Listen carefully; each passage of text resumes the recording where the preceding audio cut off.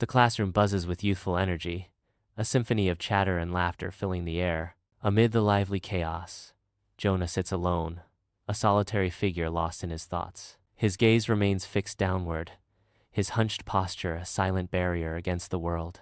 He avoids the eyes of others, his isolation a palpable presence in the crowded room. The vibrant atmosphere clashes starkly with Jonah's quiet despair, a poignant contrast of joy and solitude.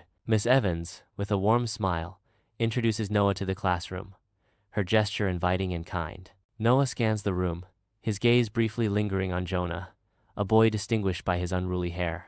A wave of whispers cascades through the classroom as students exchange glances, their curiosity piqued by the new arrival. Amidst the shifting attention, Noah stands motionless, his expression unreadable as he takes in the scene. The classroom buzz fades as Noah strides purposefully toward Jonah's desk. A hush falls over the room, every eye drawn to the unfolding scene. Noah gently pulls up a chair, the scraping sound piercing the silence. He sits beside Jonah, the space between them charged with unspoken tension. A small, friendly smile graces Noah's lips, a silent offering of peace. Jonah remains still, his expression unreadable as he meets Noah's gaze. Miss Evans stands authoritatively at the whiteboard, chalk poised, ready to test Jonah's knowledge as the classroom buzzes with anticipation. Jonah sits hunched in his seat, a storm of nerves brewing within as he avoids all eye contact, his pen a mere distraction. The classroom teems with hushed whispers and stifled laughter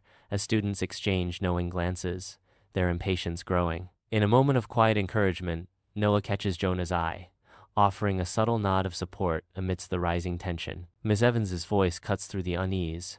"Jonah, can you explain the significance of the Homestead Act?" In the bustling cafeteria, Jonah sits alone, an island of solitude in a sea of chatter. He nervously picks at his food, each movement betraying his unease. His eyes dart around, seeking connection but finding only separation. He shrinks under the weight of unseen eyes, a prisoner of his own self-consciousness. The vibrant energy of the cafeteria only amplifies his isolation, a stark contrast to the joy around him. Noah steps into the vibrant cafeteria, his eyes sweeping across the crowded space. His gaze locks onto Jonah, seated amidst the lively chaos. Balancing a lunch tray, Noah navigates through the maze of tables toward Jonah. A ripple of curiosity spreads as students pause, their eyes following Noah's every move. The cafeteria buzzes with anticipation, every gaze fixed on Noah as he approaches Jonah. In the bustling cafeteria, Noah sits across from Jonah, his smile a beacon of warmth. Jonah, guarded and hesitant, scans the room, a subtle tension in his posture. Noah's voice cuts through the cafeteria noise. "So Jonah, what are you into? Got any hobbies, secret talents, world domination schemes?" Jonah hesitates, then responds quietly. Not really. I mean, I read a lot, and I like old movies." The atmosphere subtly shifts as Jonah begins to relax, the tension easing from his shoulders. A cautious friendliness replaces the loneliness, hinting at a budding connection. In the classroom, a pack of students encircles Jonah, their cruel imitations echoing through the air. Jonah recoils, his face flushed with rising shame and anger as the taunts intensify. The classroom air thickens with tension as the laughter swells, each jeer a piercing blow to Jonah's spirit. Surrounded and exposed, Jonah is trapped in a vortex of mockery. In the classroom, tension crackles as Noah bravely steps forward, interposing himself between Jonah and the looming threat of the bullies. "He's my friend." Enough said. Noah's words hang in the air, challenging the bullies' aggression with a simple yet profound act of friendship. Jonah, previously cowering, now looks up at Noah with a mix of surprise and gratitude. The bullies hesitate, their confidence faltering in the face of Noah's unexpected defiance and solidarity. The bullies recoil, surprise flickering across their faces as Noah stands his ground. They exchange quick, furtive glances, a silent conversation passing between them. Muttering under their breath, they concede, their bravado faltering.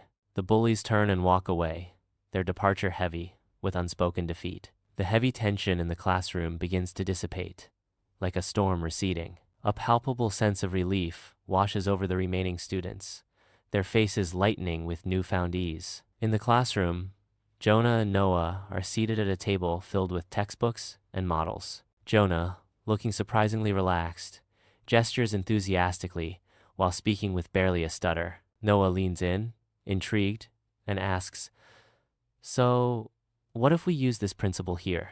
Jonah responds with excitement, "Yeah, that's a great idea. It could really work."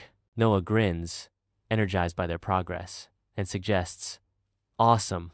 High five." Jonah returns the high five, their hands meeting in a gesture of shared success. In the bustling schoolyard, Jonah is encircled by his closest friends, among them Noah, their joyous laughter resonating through the air. Jonah's radiant smile lights up his face, eyes sparkling with pure, unadulterated happiness. The echoes of their laughter fill the schoolyard as Jonah interacts with his friends. The isolation that once defined Jonah's existence feels like a distant, fading memory. Miss Evans stands at the front of the classroom, a warm smile lighting up her face as sunlight bathes the room. Jonah and Noah sit side by side, their attention completely focused on Ms. Evans. Ms. Evans begins, "Today, we're talking about empathy and kindness." Miss Evans continues, "I want to share an example I've observed right here in our classroom.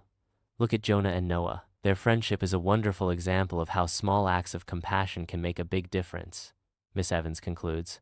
In the classroom, Jonah raises his hand, a subtle tremor of anticipation in his posture. Jonah addresses the class, his voice ringing with newfound assurance. With clarity and confidence, Jonah proclaims, "I am grateful for Noah's friendship." Jonah's words resonate, filling the classroom with a sense of warmth and sincerity. In the heart of the bustling park, Jonah and Noah find solace on a sun-drenched bench. Laughter echoes through the air as children frolic, their carefree spirits infusing the scene with joy. Amidst the cheerful chaos, Jonah turns to Noah, a heartfelt expression on his face. With genuine warmth, Jonah expresses, "Thank you for being my friend." Noah's smile radiates warmth as he shares a moment with Jonah, their connection deepening in the tranquil park. The air crackles with unspoken understanding as Noah and Jonah stand together.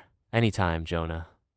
That's what friends are for," Noah says. The vibrant park pulses with life, reflecting the community's spirit of acceptance and support. The end. Thank you for watching. Subscribe to our channel for inspiring stories, modern parables, and lessons that raise kings at heart, not just by name. Turn on notifications so you never miss out.